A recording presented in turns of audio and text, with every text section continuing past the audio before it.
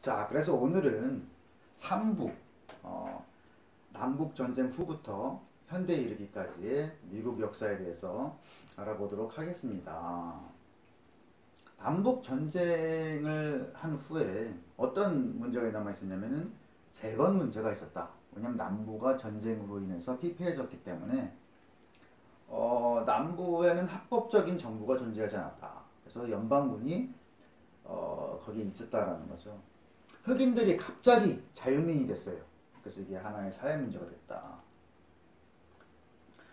그래서 존슨 대통령이 재건지사를 임명하고 회의를 소집했다. 이게 왜 그랬겠어요? 상하의원을 이제 뽑으려고. 자, 근데 이제 급진파라는 사람들이 있었는데 이 사람들은 우파죠, 우파. 우파의 급진파. 그래서 모든 흑인에게 투표권을 주자라는 그런 법안을 제출했다. 이게 언뜻 보면은 좋은 말인 것 같지만은 사실 이게 뭐냐면 흑인들은 아무것도 몰라요. 정치에 대해서 모르고 뭐 문맹인 사람도 있고 뭐 글자도 못 읽고 뭐 사회 어떤 문제에 대해서 아무런 교육도 안 받고 있으니까 모른단 말이죠. 근데 이제 북부 급진파들이 이들을 선동해서 본인들에게 유리하게 투표를 하게 만드는 거죠. 그래서 협작, 그런 것들을 추진을 했어요. 그래서 이게 링컨 대통령도 처음에는 모든 흑인들한테 투표권을 주자 이렇게 생각한 게 아니라 일단 글을 읽을 줄 알고 뭐 그런 여러 가지 조건을 두어서 흑인 중에 자격이 되는 사람만 투표권을 주자 이렇게 하도록 하는 게 생각이었는데 급진파는 그게 아닌 거죠. 무조건 흑인들한테 투표권을 주자. 그죠? 또 그것뿐만이 아니라 백인인데 반란을 했던, 그러니까 뭐 전쟁에 참여한 어떤 반란 주도자들은 투표권을 주지 말자. 뭐 이런 생각까지 이런 주장까지 한 게 급진파예요. 그래서 흑인이 아닌 사람, 급진파가 아닌 사람의 투표권을 박탈하도록 선거 명부를 뜯어 고쳤다. 그래서 남부의 주에 흑인이나 협작군들이 과반수를 차지하는 헌법의회가 들어섰다. 그래서 공화당이 바람잡이와 흑인을 조정해서 남부의 여러 주에서 임의대로 정부를 수립하고 문맹자가 그죠? 의원이나 상하의원, 주지사, 판사에까지 선출돼. 그럼 어떻게 되겠어요? 사회가 하나도 안 돌아가겠죠. 흑인인데 문맹인데 판사야. 그럼 무슨 일을 하겠어요, 그렇죠? 그래서 공화당이 이런 식으로 남부 사회를 망쳤기 때문에 남부가 오히려 민주당에 충성하는 그런 계기가 됐다. 그래서 어떤 이런 비밀 결사 단체도 있었는데 쿠클럭스 클랜, 그다음에 흰 동백 기사단. 이 사람들이 이제 어떻게 했어요? 흑인들을 이제 위협해가지고 투표를 하지 말게 하는 거죠. 그래서 이제 연방군이 물러나고 나서 오히려 남부는 다시 그 백인들이 흑인을 차별하고 지배권이 견고해지는 그런 상태가 일어난 거죠. 그래서 뭐 이제 지주하고 노예가 있던 관계에서 농장을 이제 소지구로 분할을 해가지고 소작인들한테 빌려주는 그런 제도를 실시를 했어요.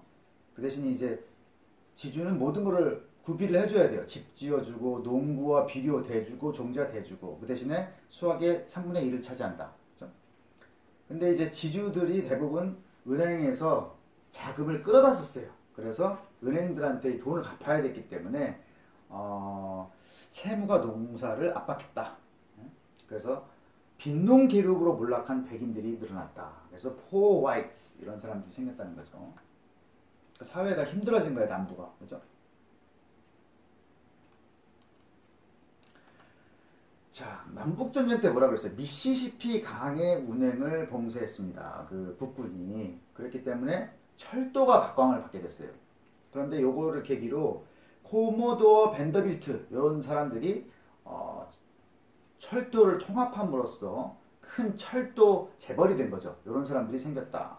그 다음에 대륙 횡단 철도가 있었는데 네브라스카 주에서 서쪽으로 가는 유니언 퍼시픽하고 캘리포니아에서 동쪽으로 가는 센트럴 퍼시픽이 유타주 오그덴에서 접속하게 된다. 대륙 횡단 철도가 생겼다. 그래서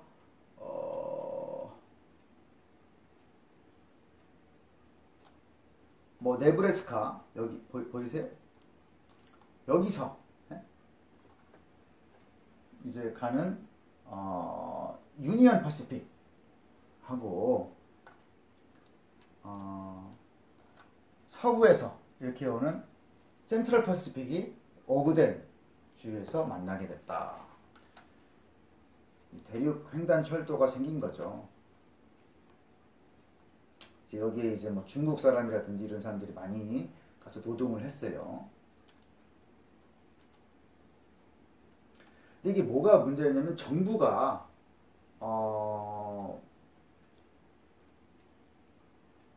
그 철도 회사에 땅을 준 거예요. 그 철도가 놓이는 점에 땅을 줬기 때문에 그 사람들은 아주 부자가 되고 이거에 대해서 이제 그 일반 주민들, 농민들은 아주 불만을 갖게 된 거죠. 그죠? 본인들은 막 되게 힘들게 일해가지고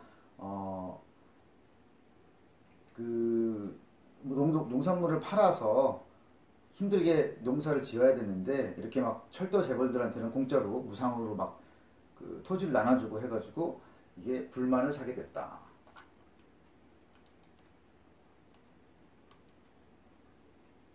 그리고 이제 광산이 생겼어요. 그래서 광맥을 찾으면 삽시간에 그 불악이 이루어지고 광맥이 사라지면 또 불악도 없어지는, 그래서 유령 도시가 되는 그런 현상들이 많이 있었는데 그때 탄생한 주들이 있어요. 네브래스카, 콜로라도, 그죠? 그 다음에 뭐 노스다코다, 사우스다코다, 워싱턴, 몬태나, 와이오밍, 아이다호, 다 이제 서부 이쪽이죠. 이쪽 서부 이 주들이 이제 그 광산 내 이제 광산에 그 소불하게 생기면서 그런 이제 유행을 탔을 때 생겨난 이제 주들이다. 그리고 일단은 이제 사업가들이 자신의 이익을 위해서 정부라든지 뭐 의회 이런 사람들을 이용하던 그런 도금 시대였다.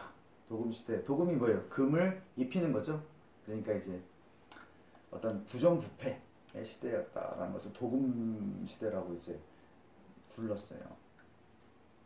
자, 그리고 그랜트 대통령이 이제 있었는데 이 사람이 이제 그랜트 장군이죠. 남북전쟁 때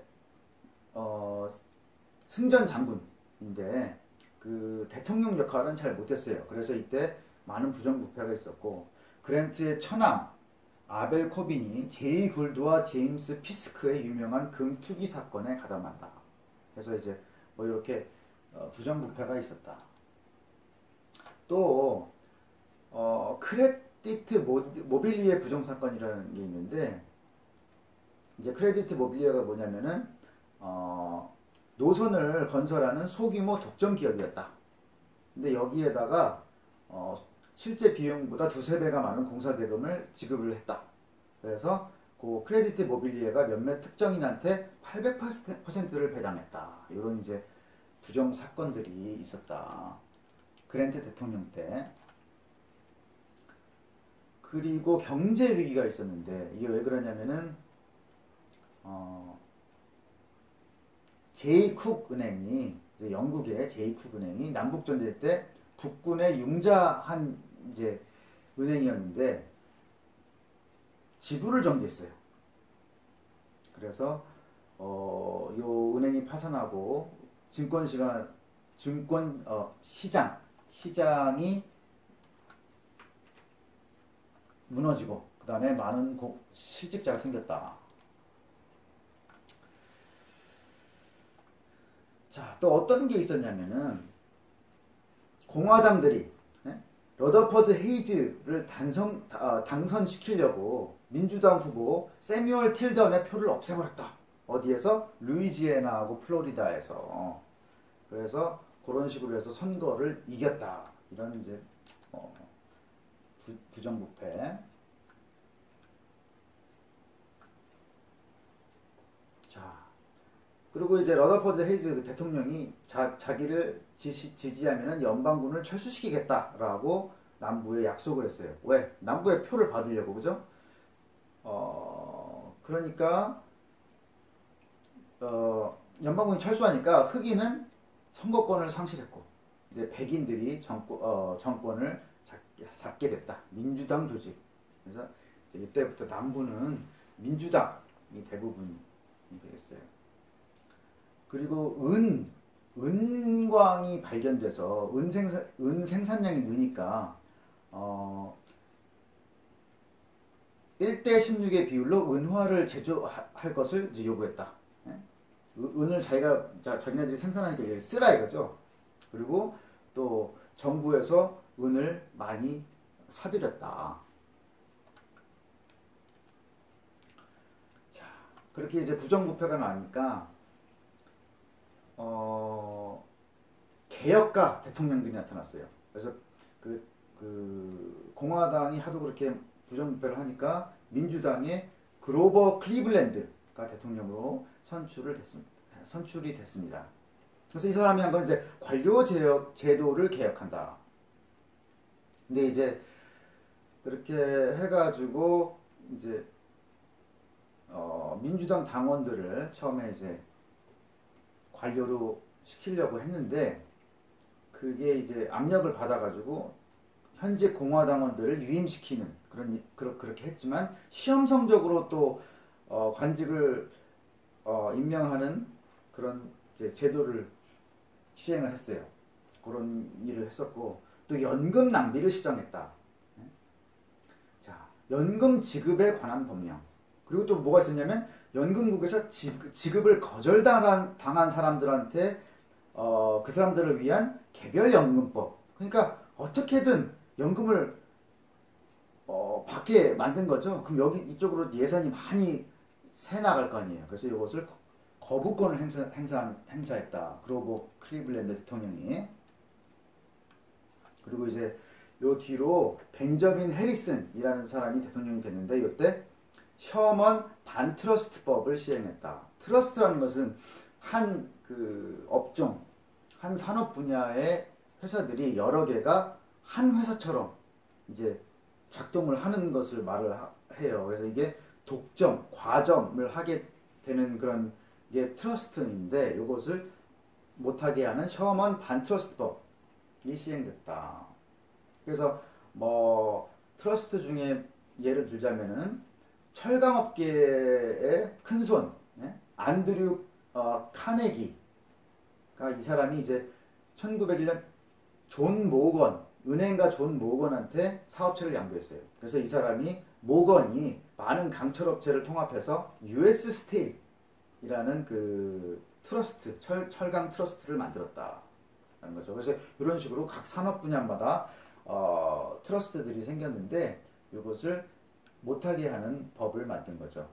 벤저민 해리슨 때.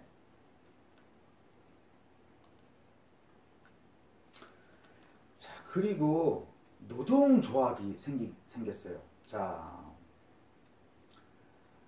이제 많은 이민자들이 쏟아져 들어오니까 아메리카의 노동자들이 일정한 임금을 유지하기 위해서 임금이 싸질 거 아니에요. 자꾸 여기 이 나라 저 나라에서 들어오니까 그 사람들은 이제 와서 무조건 밥을 벌어 먹어야 되니까 저임금에도 일을 해주니까 그래서 안 되겠다라고 해서 조직을 만들자.